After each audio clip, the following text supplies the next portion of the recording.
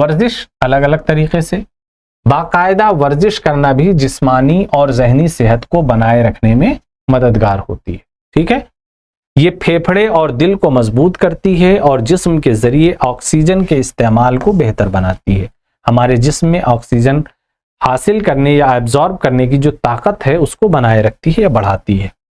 ہلکی رفتار سے دوڑنا، جاگنگ جسے کہتے ہیں، سائیکل سواری، ایروبک ورزش یعنی آکسیجن پہنچانے کے لیے بھی اس سلسلے میں کافی کارآمد ہوتے ہیں جب آدمی اسٹریس میں ہو۔ اس سے ہونے والے فائدے میں شامل ہیں قلب و شریان کو موزوں رکھنا، جسمانی کام کرنے کی صلاحیت کو بڑھانا، جسمانی وزن کو مناسب رکھنا، عضلہ کی طاقت اور لہجے کو درست رکھنا، افراط تناؤ کو قابو میں رکھنا، تناؤ کے ضبط کو بڑھانا، ارتکاز اور توجہ کو مرکوز کرنا وغیرہ۔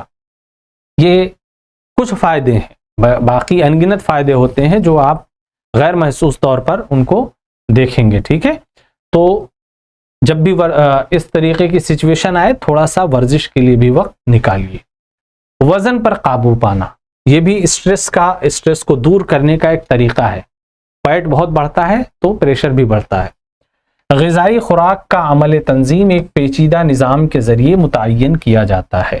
حقیقتاً ایک حیاتی کیمیائی نظام اس کو قابو میں رکھتا ہے۔ غذا کا کمزور تنظیم عمل جسم میں چربی زیادہ جمع ہونے کا موجب ہوتا ہے۔ کمزور تنظیم عمل مطلب سسٹم آپ کا اتنا خراب ہے کھانے پینے کا کہ جو مل جائے آپ کھاتے چلے جاتے ہیں، چاہے وہ تلی ہوئی چیزیں ہوں، بھنی ہوئی چیزیں ہوں، روغن والی چیزیں ہوں، کثرت سے کھاتے ہیں یا پھر بہت زیادہ کھاتے ہیں، ہے نا؟ تو یہ ساری چیزیں اس تنظیم عمل کے خراب ہونے کی طرف اشارہ کرتی ہیں، جس کے نتیجے میں موٹاپا رونما ہوتا ہے، جو کہ رسک فیکٹر کے طور پر کام کرتا ہے، کیونکہ اس سے بلڈ پریشر اور کولیسٹرول کی سطح میں اضافہ ہو جاتا ہے۔ فربہی یا موٹاپے کو وقت سے پہلے اموات کی ایک وجہ پایا گیا ہے، یعنی اکثر جو اموات جلدی ہو جاتی ہیں یعنی عمر سے پہلے، اس میں ایک بڑی وجہ یہ بھی پائی گئی ہے کہ موٹاپا اس کی جو ہے وجہ بن رہا ہے، سبب بن رہا ہے۔ جینیاتی عوامل اور تناؤ دونوں موٹاپے میں اضافہ کا سبب ہیں۔ کبھی کبھی ایسا ہوتا ہے کہ وراثت میں صحت یا موٹاپا کسی کو مل رہا ہے، تو یہ بھی ایک خطرناک چیز ہے، کہاں پہ کنٹرول کیا جا سکتا ہے، اس کو بہتر کیا جا سکتا ہے، اس کو بھی دیکھنے کی ضرورت ہے۔ وزن پر قابو پانا تو بہت مشکل امر ہے، غذا میں احتیاط بہت ضروری ہے۔ احتیاط غذا پر اگر کریں گے تو وزن آپ کا کم ہوگا، لیکن اکثر یہ موٹاپے کو کم کرنے پر زیادہ دیر پا اثر نہیں مرتب کرتا ہے۔ روزہ، یوگا، سرجری، بھوک مارنے یا کم کرنے والی دوا کا بھی اس مقصد کے لیے استعمال کیا جاتا ہے کہ اس سے آدمی کم کھانا کھائے، لوگ استعمال کر رہے ہیں۔ ایک کثیر محنتی طریقہ وزن کو کم کرنے کے لیے بہتر ہے۔ کھانے کی عادتوں کا تجزیہ لوگوں کو ان کے کھانے کے اندازے کے بارے میں باخبر کرنے کے لیے استعمال کیا جاتا ہے۔ مہیج کا تجربہ جو کھانے کے طریقہ کار کو متاثر کرتا ہے، غذائی باقاعدگی کی گہری سمجھ فراہم کرتا ہے۔ لوگوں کو اپنے ماحول میں موجود تحرک یا مہیج میں تبدیلی کی تربیت دی جاتی ہے، یعنی اس فیٹ کو کیسے کم کیا جائے اس کے الگ الگ طریقے ہیں۔ سکھایا جاتا ہے کہ آپ کھانے کو کیسے مینیج کریں، کون سی چیز کب کھائیں، کس موسم میں کھائیں، شام کو آپ کی ترجیحات میں کیا چیزیں ہونی چاہیے، ٹھیک ہے، صبح ناشتہ کیسے کریں، اس طریقے کی چیزیں فیٹ کو کم کرنے کے لیے یا وزن کو کم کرنے کے لیے کارگر ہوتی ہیں۔ مریضوں کو خود کھانے کے عمل کے کنٹرول کی تربیت دی جاتی ہے۔ زیادہ کھانے پر خود ضبطگی کا شعور پیدا کرنے سے وزن کو قابو کرنے میں مدد ملتی ہے، ٹھیک ہے۔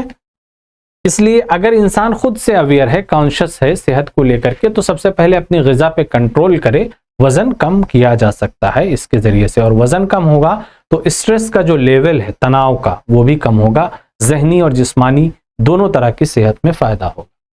خوراک، یہ بھی ایک بہت امپورٹنٹ چیز ہے کہ کسی کی خوراک کتنی ہے۔ خوراک سے زیادہ لینا نقصان دہ ہے۔ ایک صحت مندانہ غذا ہم میں سے ہر کسی کا نصب العین ہونا چاہیے، یعنی ایک ایسی غذا جو ہمیں صحت دے سکے۔ مشاہدہ یہ دکھاتا ہے کہ غذائی عادت کافی حد تک بیماریوں مثلا کینسر، افراط تناؤ اور دل کی بیماریوں میں اضافے کی ذمہ دار ہے۔ کھانا کھائے ہوئے ہیں, ابھی بھوک نہیں لگی ہے, لیکن یہ چپس مل گیا یہ کھا رہے ہیں, یہ باہر کی کوئی چیز مل گئی وہ بھی کھائے جا رہے ہیں, کولڈ ڈرنک بھی پیے جا رہے ہیں کچھ. یعنی جب بھوک ختم ہو جائے تو چیزوں کو آپ روکیے, جب ریکوائرمنٹ ہو باڈی کی تب اسے دیجیے, ٹھیک ہے. کم چربی اور کم کولیسٹرول والی غذا دل کی بیماریوں کے واقعات میں کمی لاتی ہے. غذائی کنٹرول میں غذائی منصوبہ, کھانا پکانے کا طریقہ اور کھانے کا طریقہ بھی شامل ہے. یہ محسوس کیا گیا ہے کہ خاندان کا دخل خوراک سے متعلق تبدیلی برقرار رکھنے میں کارآمد ہے. یعنی اگر فیملی کے لوگ آپ کو تھوڑا سا بتاتے ہیں, سمجھاتے ہیں کہ حساب سے کھائیے, اب ہو گیا بس کیجئے, تو اس میں برا ماننے والی بات نہیں ہے, یہ آپ کی صحت کے لیے فائدہ مند ہو سکتا ہے, ٹھیک ہے. تو آپ بھی اپنے گھروں پر دیکھ سکتے ہیں, سمجھ سکتے ہیں کہ ایک نظام بنے یا ایک مقدار متعین کی جائے کہ ہاں اتنا ہمیں کھانا ہے, پھر رکھ دینا ہے, چھوڑ دینا ہے, یا اس طرح کی چیزیں. یہ نہیں کہ جتنا ہے اس کو ختم کرنا ہے, ٹھیک ہے.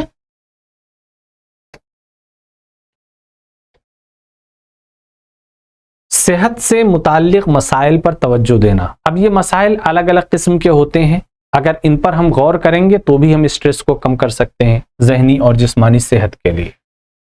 صحیح وقت پر توجہ دینا یہ بہت ضروری ہے, وقت نکل گیا تو دقت ہے. صحت کے معاملے میں سب سے اہم بات یہ ہے کہ اس پر توجہ بلا تاخیر دینی چاہیے جب وقت ہے, کیونکہ کبھی کبھی مسائل بہت تیزی سے بڑھتے ہیں. اگر کوئی شکایت یا کوئی علامت چاہے وہ جسمانی ہو یا ذہنی محسوس ہو تو فوراً کسی بھی اہل ڈاکٹر سے رابطہ کرنا چاہیے. ڈاکٹر کے مشورے اور رہنمائی کے مطابق فوری طور پر ضروری اصلاحی اقدام کیا جانا چاہیے. یہ تو کانشسنس کی بات ہو گئی کہ اگر آپ اپنی صحت کو لے کے فکر مند ہیں تو فوراً رابطہ کریں گے. اب کچھ ایسی چیزیں ہیں جو آپ خود سے ڈیولپ کر سکتے ہیں. اس میں سب سے امپورٹنٹ ہو جاتا ہے مثبت جذبات. انسان گھبراتا کب ہے؟ جب کسی خوف میں مبتلا ہوتا ہے, اندیشے میں مبتلا ہوتا ہے, کسی آرزو میں مبتلا ہے, وہ ناکام ہو رہی ہے. تو اگر یہ ناکامی کا, خوف کا, ڈر کا, ٹھیک ہے, یہ جذبہ ختم ہو جائے تو انسان فریش فیل کرے گا. اس کے مقابلے میں اگر اسے فتح کا, جیت کا, جشن کا, حصولیابی کا جذبہ اس کے اندر ہے, ٹھیک ہے, محنت کر کے کچھ حاصل کر لینے کا, تو اس کے اندر ایک توانائی, جوش محسوس ہوگی. ورنہ اس کے اپوزٹ وہ کیا ہے, ایک شکست کا احساس کرے گا. تو یہ جو دوسری قسم کے جذبے ہیں یہ مثبت جذبات ہیں, انہیں فروغ دینا چاہیے. اکثر یہ کہا جاتا ہے کہ ایک مسکراتا ہوا چہرہ خوشی اور ذہنی صحت کی نمائش کرتا ہے.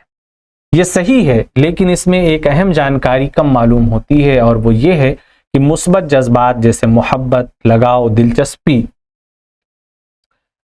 اہم احساسی, معافی,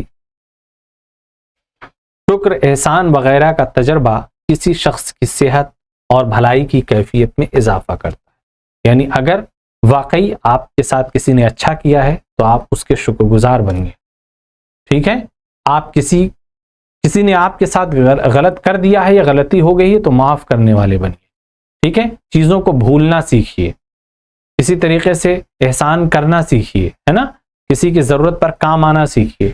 تو یہ چیزیں آپ کے اندر مثبت جذبہ پیدا کریں گی جو آپ کی صحت کو بھی ٹھیک رکھیں, ٹھیک ہے. کیونکہ اس سے کیا ہوگا, آپ کے اندر ایک خوشی کا جذبہ پیدا ہوگا. جب انسان خوش ہوتا ہے تو اس کا ذہن بھی پوری طریقے سے ایک طرح فریش ہو جاتا ہے. تو آپ اپنی صحت کے لیے یہ چیزیں کیجیے, ٹھیک ہے. حالیہ تحقیقات سے پتہ چلتا ہے کہ مختلف مثبت جذبات کسی شخص کی صحت کی کیفیت کو بہتر بناتے ہیں. لہذا روزمرہ کے حالات سے مقابلے کے لیے مثبت جذبات کا تجربہ, اس کا نظم کرنا اور مواقع حاصل کرنا بہت ضروری ہے کہ کون سا ہم ایسا کام کریں کہ ہمیں خوشی ملے یا سامنے والے کو خوشی ملے اور اس کی خوشی سے ہمیں خوشی ملے.